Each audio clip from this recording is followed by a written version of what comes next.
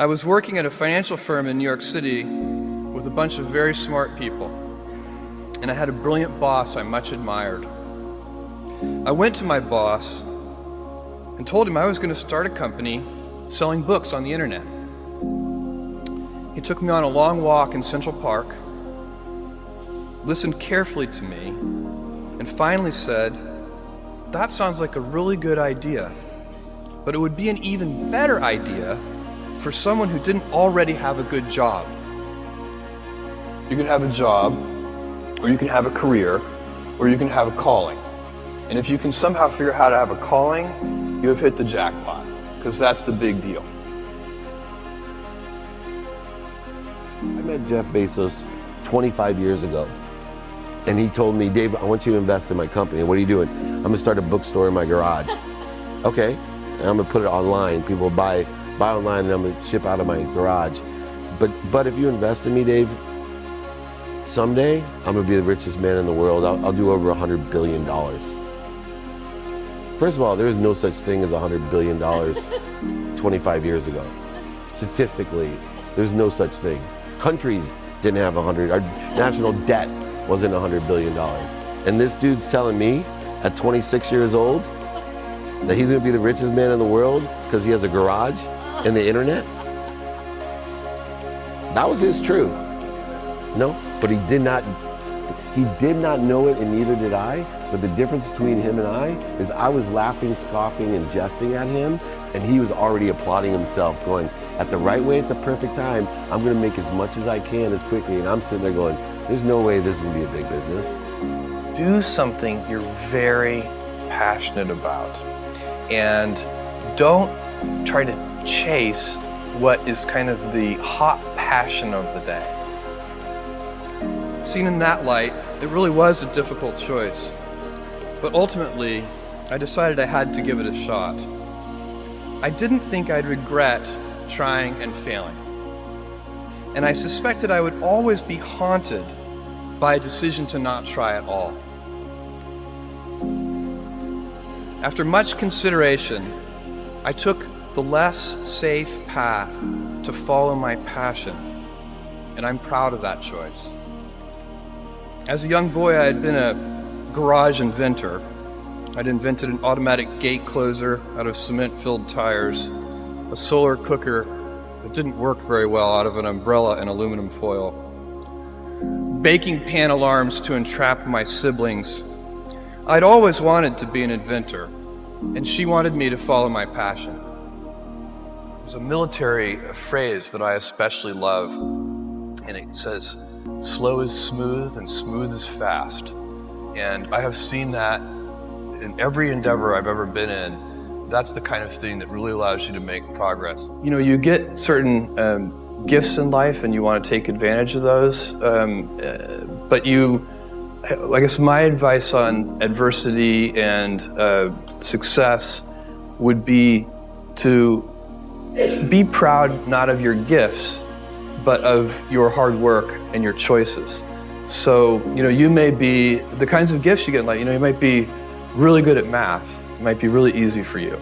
That's a kind of gift. But practicing that math and taking it to the next step, that could be very challenging and hard, and take a lot of sweat. That's a choice. You can't really be proud of your gifts because they were given to you. You can be grateful for them and thankful for them. But your choices, you choose to work hard. You choose to do hard things. Those are choices that you can be proud of.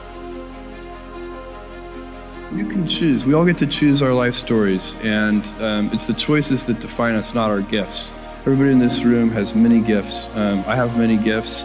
You can never be proud of your gifts because they're gifts. They were given to you. You might be tall, or you might be really good at math, or you might be extremely beautiful or handsome, or there are many gifts, and you can only be proud really of your choices because those are the things that you are acting on.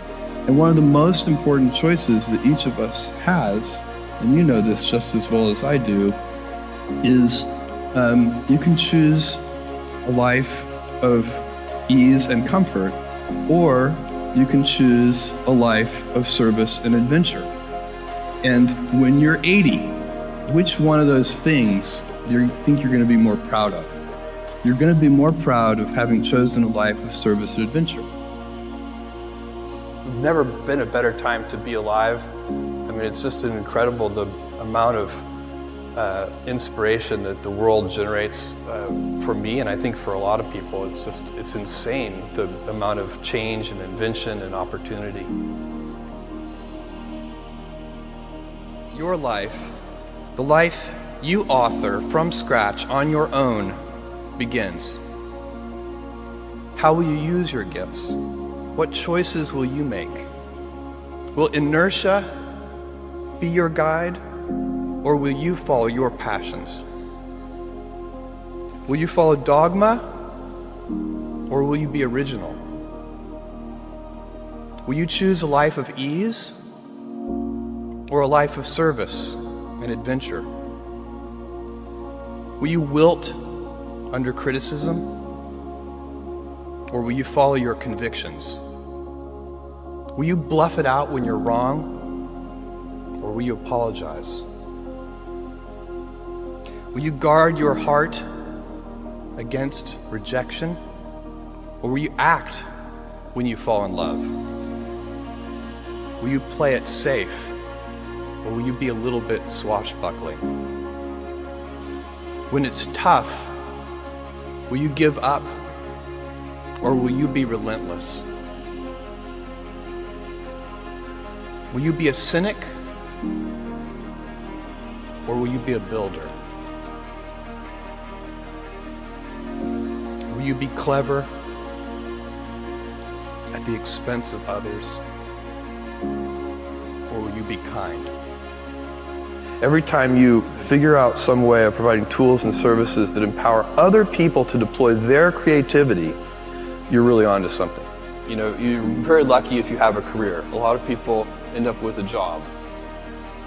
If you don't love your work, you're never going to be great at it. Jules Verne, Mark Twain, Galileo, Newton, all the curious from the ages would have wanted to be alive, most of all, right now.